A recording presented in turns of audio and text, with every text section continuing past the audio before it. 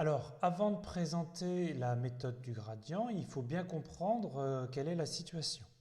Donc, on a ici dessiné les lignes du niveau d'une fonction de deux variables et on cherche où est le minimum de cette fonction.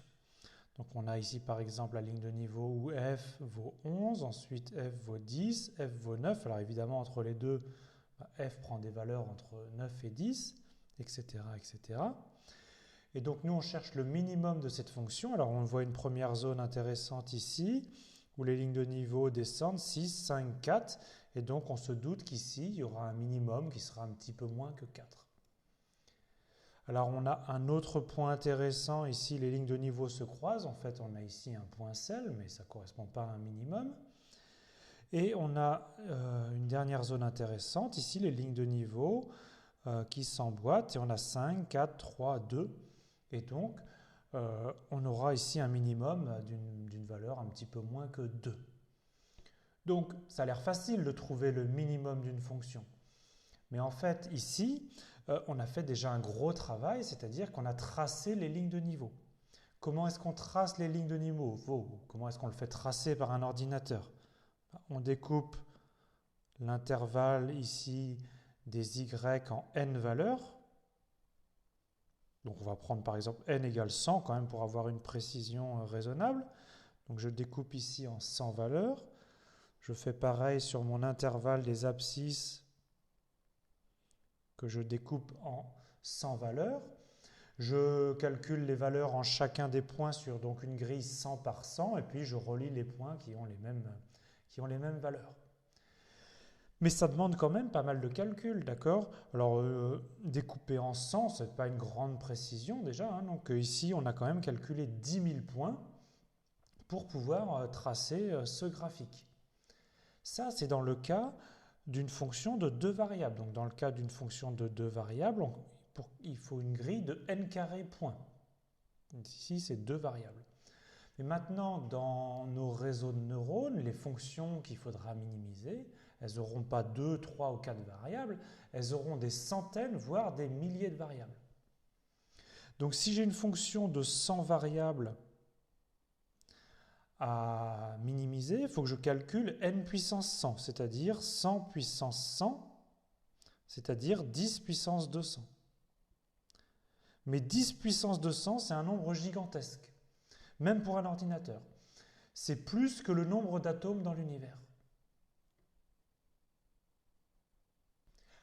Alors maintenant, on se met à la place d'un ordinateur et on cherche la meilleure technique pour minimiser les valeurs d'une fonction. Donc au départ, voici exactement la situation initiale. Eh bien, on ne voit rien, on ne sait rien. Alors quand on ne sait rien, qu'est-ce qu'on fait? Eh bien, on prend un point au hasard. D'accord? Ce sera notre point initial, on va l'appeler P0. Et on va calculer la valeur de la fonction en ce point.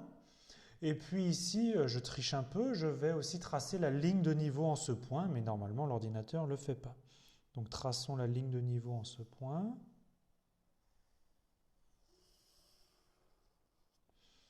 D'accord, voici par exemple ce que peut être la ligne de niveau en ce point. Alors, en fait, ce que calcule vraiment l'ordinateur, il ne va pas calculer toute la ligne de niveau, il va juste calculer le gradient de la fonction en P0. D'accord? Et on sait que le gradient, il est perpendiculaire à la ligne de niveau. Plus précisément, il est perpendiculaire à la tangente à la ligne de niveau en ce point-là.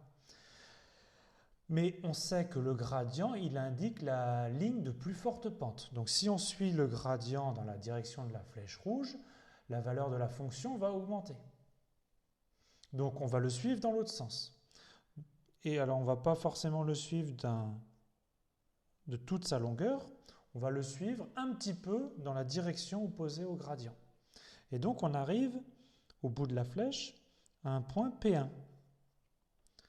Et maintenant c'est un processus itératif. Au point P1, on calcule la valeur et on va calculer comment passe la ligne de niveau par rapport à ce point. Alors moi je vous dessine encore une fois toute la ligne de niveau, mais ce n'est pas ce qu'on fait en vrai.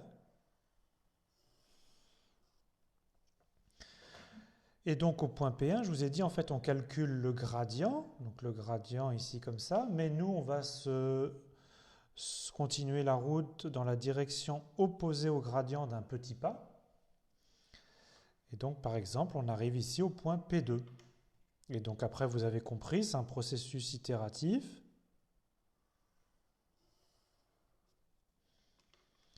À partir du point P2 ici, on calcule le gradient. On se déplace un petit peu dans la direction opposée au gradient. Et puis donc, on est arrivé au point P3. Et puis on continue. Alors il se trouve que le gradient, quand on va s'approcher d'un minimum, diminue naturellement. Donc nos vecteurs violets vont quand même être naturellement de plus en plus petits.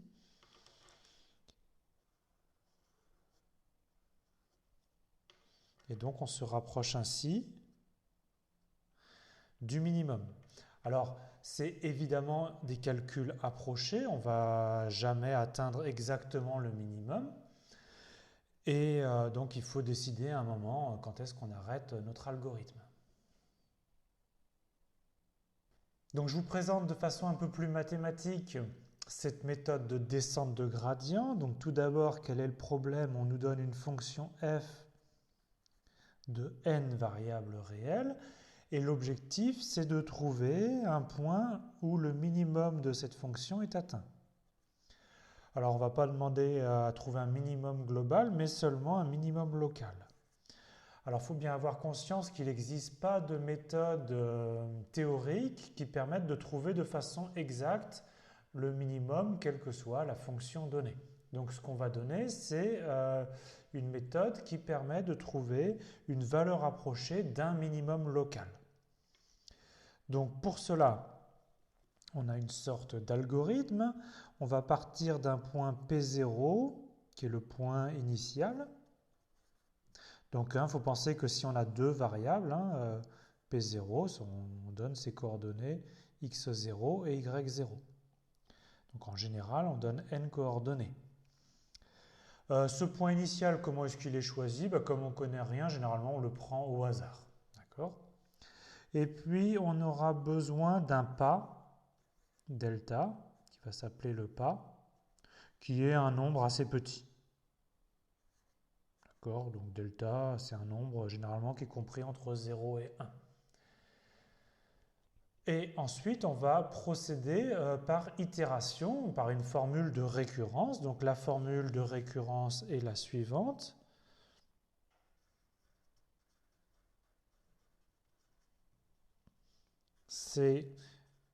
On suppose qu'on a construit le point PK et à partir du point P indice K, on va construire le point suivant, P indice K plus 1. Donc on part de PK et on suit le gradient de f en PK, mais dans la direction opposée avec un facteur delta qui est notre pas. Donc ça, c'est la formule fondamentale de la descente de gradient. Donc je vous ai dit, on ne va pas trouver la valeur exacte d'un minimum local, mais on va trouver une valeur approchée. Et donc, on s'arrête à un moment. Alors il y a plusieurs façons de s'arrêter. Soit on s'arrête quand on est content de la précision atteinte, mais généralement, en fait, on fixe un nombre grand N d'itérations au départ et on s'arrête quand on a atteint ce nombre d'itérations. Alors je vous fais le dessin pour comprendre cette formule-là. On a donc un point P indice K qu'on a construit par récurrence. On a donc la ligne de niveau, une certaine ligne de niveau qui passe par ce point. On sait donc que le gradient est perpendiculaire à la tangente à cette ligne de niveau. Et donc je vais dessiner ici l'opposé du gradient, moins gradient de f en ce point-là, pk. D'accord? Donc on sait que si on suit le gradient, les valeurs de la fonction augmentent et nous, on veut faire diminuer les valeurs de la fonction, donc on va suivre moins gradient de f de pk. Mais par contre, on ne va pas le suivre sur toute la longueur, on va le suivre seulement d'un petit facteur. Et ce petit facteur est donné par le pas delta. D'accord? Donc on suit ici moins delta gradient de f en pk. Et c'est exactement donc le bout de ce vecteur qui est notre point suivant. Et par itération, on recommencera. Ici, on recalculera un gradient qu'on suivra un petit peu dans la direction opposée, etc. Et donc, si le pas delta est choisi de façon suffisamment petite, on est sûr qu'à chaque fois, on a ici un nouveau niveau, f égale c', et c' est plus petit que c.